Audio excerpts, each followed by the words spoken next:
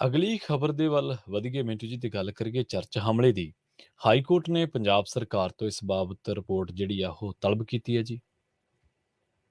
ਹਾਂਜੀ, ਦੇਖੋ ਗੱਲ ਕੀ ਹੈ ਕਿ ਇਸ ਮਾਮਲੇ ਦੇ ਵਿੱਚ ਹਾਈ ਕੋਰਟ ਦੇ ਅੰਦਰ ਇਹ ਚਲੇ ਗਏ ਸਨ ਈਸਾਈ ਭਾਈਚਾਰੇ ਵਾਲੇ। ਹੂੰ। ਇਹਨਾਂ ਦਾ ਕਹਿਣਾ ਇਹੀ ਸੀਗਾ ਕਿ ਸਾਡੀਆਂ ਜਿਹੜੀਆਂ ਚਰਚ ਨੇ ਯਾਨੀ ਗਿਰਜਾ ਘਰ ਨੇ ਜਿਹੜੇ ਬਈ ਉਹਨਾਂ ਦੀ ਜਿਹੜੀ ਸਿਕਿਉਰਿਟੀ ਹੈ, ਸੁਰੱਖਿਆ ਹੈ, ਜੀ। ਉਹਦੇ ਵਾਸਤੇ ਕੋਈ ਆਰਡਰ ਪਾਸ ਕੀਤਾ ਜਾਵੇ। ਤਾਂ ਹੁਣ ਜ਼ਾਰਾ ਜੀ ਗੱਲ ਹੈ ਕਿ ਜਦੋਂ ਕੋਈ ਇਸ ਤਰ੍ਹਾਂ ਦਾ ਮਾਮਲਾ ਜਾਏਗਾ ਫਿਰ ਪਾਰਟੀ ਨੂੰ ਤੇ ਸੱਦਿਆ ਹੀ ਜਾਏਗਾ ਨਾ। ਜੋ ਵੀ ਪਾਰਟੀ ਬਣਾਵਾਂਗੇ ਆਪਾਂ, ਕਿਸੇ ਨੂੰ ਧਿਰ ਬਣਾਵਾਂਗੇ, ਹਾਂਜੀ। ਸੰਬੰਧਤ ਧਿਰ ਨੂੰ ਪਹਿਲਾਂ ਬੁਲਾਇਆ ਜਾਏਗਾ, ਜਵਾਬ ਤਲਬੀ ਹੋਏਗੀ। ਤਾਂ ਹੁਣ ਇਹਨਾਂ ਨੂੰ ਜਵਾਬ ਵਾਸਤੇ ਉਹ ਬੁਲਾਉਣਗੇ। ਸਟੇਟਸ ਰਿਪੋਰਟ ਤਲਬ ਕੀਤੀ ਗਈ ਆ, ਉਹ ਦੇਖਣਗੇ। ਸਟੇਟਸ ਰਿਪੋਰਟ ਕੀ ਹੁੰਦੀ ਹੈ? ਇਹ ਸਟੇਟਸ ਰਿਪੋਰਟ ਕਿ ਤੁਹਾਡੀ ਜਿਹੜੀ ਹੁਣ ਤੱਕ ਦੀ ਜਾਂਚ ਪੜਤਾਲ ਆ, ਤੁਸੀਂ ਹੁਣ ਤੱਕ ਜੋ ਜਾਂਚ ਪੜਤਾਲ ਨੂੰ ਅੱਗੇ ਤੋਰਿਆ ਵਾ, ਉਹਦਾ ਸਟੇਟਸ ਕੀ ਹੈ, ਉਹ ਕਿੱਥੇ ਕੋ ਖਲੋਤੀ ਹੈ। ਤਾਂ ਇਹ ਸਟੇਟਸ ਰਿਪੋਰਟ ਜਾ ਕੇ ਉੱਥੇ ਦਾਖਲ ਕਰਨਗੇ। ਖੈਰ, ਨਾਲ ਉਹਨਾਂ ਨੇ ਜਿਹੜੀ ਗੱਲ ਹੋਰ ਕਹੀ ਹੈ, ਉਹ ਕਹੀ ਹੈ ਕਿ ਬਈ ਇਸ ਤਰ੍ਹਾਂ ਕਰਕੇ ਜਿਹੜਾ ਮਾਹੌਲ ਇਹ ਬਣ ਰਿਹਾ ਹੈ, ਜੇ ਪੰਜਾਬ ਪੁਲਿਸ ਹਰਕਤ ਦੇ ਵਿੱਚ ਨਾ ਆਈ ਤਾਂ ਇੱਥੇ ਦੰਗੇ ਫੈਲ ਸਕਦੇ ਨੇ। ਉਹ ਕੀ ਕਹਿ ਰਹੇ ਕਿ ਫਿਰਕੂ ਦੰਗੇ ਫੈਲ ਸਕਦੇ ਨੇ, ਇਹ ਖੁਦ ਹੀ ਕਹਿ ਰਹੇ ਨੇ। ਤੇ ਚਲੋ, ਇਹ ਤਾਂ ਗਲਤ ਗੱਲ ਹੈ। ਆਪਾਂ ਜਿਵੇਂ ਉਦੋਂ ਵੀ ਕਿਹਾ ਸੀਗਾ ਕਿ ਠੀਕ ਹੈ ਕਿ ਜੋ ਮੂਰਤੀਆਂ ਤੋੜੀਆਂ ਗਈਆਂ ਨੇ ਜਾਂ ਜਿਸ ਤਰੀਕੇ ਨਾਲ ਚਰਚ ਦੇ ਵਿੱਚ ਵੜਿਆ ਗਿਆ, ਗਾਰਡ ਨੂੰ ਬੰਦੀ ਬਣਾ ਕੇ, ਇਹ ਸਾਰਾ ਘਟਨਾਕ੍ਰਮ ਮਾੜਾ ਹੈ। ਇੱਥੋਂ ਤੱਕ ਕਿ ਖੁਦ ਸਿਮਰਨਜੀਤ ਸਿੰਘ ਮਾਨ ਹੋਰਾਂ ਨੇ ਵੀ ਇਸ ਘਟਨਾ ਦਾ ਖੰਡਨ ਕੀਤਾ ਸੀਗਾ ਕਿ ਨਹੀਂ, ਏਦਾਂ ਨਹੀਂ ਹੋਣਾ ਚਾਹੀਦਾ। ਚਲੋ ਖੈਰ, ਉਹਨਾਂ ਨੇ ਆਪਣੇ ਨਿਸ਼ਾਨੇ ਐਸਜੀਪੀਸੀ ਵਿੰਨੇ ਸਨ। ਪਰੰਤੂ ਇਹ ਤੇ ਸਾਫ਼ ਹੈ ਕਿ ਚਲੋ ਠੀਕ ਹੈ, ਕਿਸੇ ਪੰਜਾਬੀ ਨੇ, ਖਾਸ ਤੌਰ ਤੇ ਜਿਹੜਾ ਉਦਾਰਵਾਦੀ ਪੰਜਾਬੀ, ਉਹਨੇ ਤਾਂ ਨਹੀਂ ਕਿਹਾ ਹੋਵੇਗਾ ਕਿ ਚੰਗਾ, ਸਾਰਿਆਂ ਨੇ ਕਿਹਾ ਮਾੜਾ। ਪਰ ਗੱਲ ਇਹ ਆ ਕਿ ਪੰਜਾਬ ਪੁਲਿਸ ਹੁਣ ਜਾਂਚ ਪੜਤਾਲ ਕਰ ਕਿਉਂ ਨਹੀਂ ਰਹੀ? ਜਾਂਚ ਪੜਤਾਲ ਜੇ ਕਰ ਰਹੀ ਹੈ ਤੇ ਇੰਨੀ ਸਲੋ ਕਾਤੋਂ ਆ?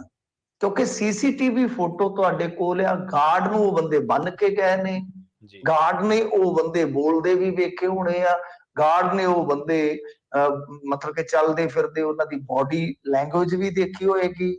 ਸੋ ਇੰਨਾ ਸਾਰਾ ਕੁਝ ਤੁਹਾਡੇ ਕੋਲ ਹੋਵੇ ਤਾਂ ਬਾਵਜੂਦ ਇਸ ਦੇ ਤੁਸੀਂ ਬੰਦਾ ਇੱਕ ਵੀ ਨਾ ਫੜ ਸਕੋ ਹੁਣ ਤੱਕ, ਇਹ ਤਾਂ ਬੜੀ ਮਾੜੀ ਗੱਲ ਹੈ। ਇਹਦਾ ਮਤਲਬ ਕਿ ਹਰੇਕ ਮਾਮਲੇ ਦੇ ਵਿੱਚ ਮੂਸੇਵਾਲੇ ਵਰਗਾ ਸਮਰਥਨ ਚਾਹੀਦਾ ਪੀੜਤ ਨੂੰ, ਪੀੜਤ ਧਿਰ ਨੂੰ।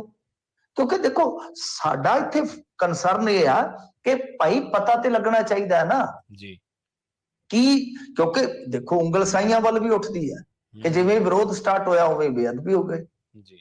ਨਾਲ ਦੀ ਨਾਲ ਉਂਗਲ ਜਿਹੜੀ ਹੈ ਉਹ ਤੀਜੇ ਵੱਲ ਵੀ ਉੱਠਦੀ ਹੈ ਕਿ ਸਿੱਖ ਬਨਾਮ ਈਸਾਈ ਬਣਾ ਕੇ ਕੋਈ ਤੀਜਾ ਸ਼ਰਾਰਤ ਨਾ ਕਰਾ ਗਿਆ ਹੋਵੇ, ਜਾਂ ਕੁਝ ਲੋਕ ਆਪਣੇ ਪੱਧਰ ਤੇ ਗੇਮ ਨਾ ਖੇਡ ਗਏ ਹੋਣ ਪੰਜਾਬ ਸਰਕਾਰ ਨੂੰ ਫਸਾਉਣ ਵਾਸਤੇ। ਮਤਲਬ ਕਿ ਹਰੇਕ ਪਾਸੇ, ਹਰੇਕ ਐਂਗਲ ਤੋਂ ਸ਼ੱਕ ਉੱਠਦਾ ਹੈ। ਉਸ ਸ਼ੱਕ ਦੀ ਨਿਵਰਤੀ ਕਿੱਦਾਂ ਹੁੰਦੀ ਹੈ ਕਿ ਜਦੋਂ ਤੁਸੀਂ ਕਿਸੇ ਬੰਦੇ ਨੂੰ ਅਰੈਸਟ ਕਰਦੇ ਹੋ ਜੀ ਤੇ ਉਹਦੇ ਖਿਲਾਫ ਐਵੀਡੈਂਸ ਕਲੈਕਟ ਕਰਕੇ ਤੁਸੀਂ ਪਬਲਿਕ ਦੇ ਵਿੱਚ ਰੱਖਦੇ ਹੋ ਕਿ ਭਾਈ ਆਹ ਸਾਰਾ ਕੁਝ ਹੈ ਜਿਹੜਾ ਏਦਾਂ ਹੋਇਆ। ਸੋ ਇਸ ਕਰਕੇ ਇਹ ਹੁਣ ਹਾਈ ਕੋਰਟ ਗਏ ਆ, ਹਾਈ ਕੋਰਟ ਜਾਣ ਦੀ ਜ਼ਰੂਰਤ ਹੀ ਨਹੀਂ ਪੈਣੀ ਚਾਹੀਦੀ ਸੀਗੀ। ਇਹ ਸਾਰਾ ਕੁਝ ਆਪਣੇ ਪੱਧਰ ਤੇ ਇਹਨਾਂ ਨੂੰ ਨਜਿੱਠਣਾ ਚਾਹੀਦਾ ਸੀ, ਪਹਿਲਾਂ ਹੀ ਥੋੜਾ ਇਹਨਾਂ ਨੂੰ ਅਲਰਟ ਹੋਣਾ ਚਾਹੀਦਾ ਸੀਗਾ। ਔਰ ਦੂਜੀ ਗੱਲ ਆ ਕਿ ਗ੍ਰਿਫਤਾਰੀ ਹੁਣ ਤੱਕ ਕਰਨੀ ਚਾਹੀਦੀ ਸੀਗੀ।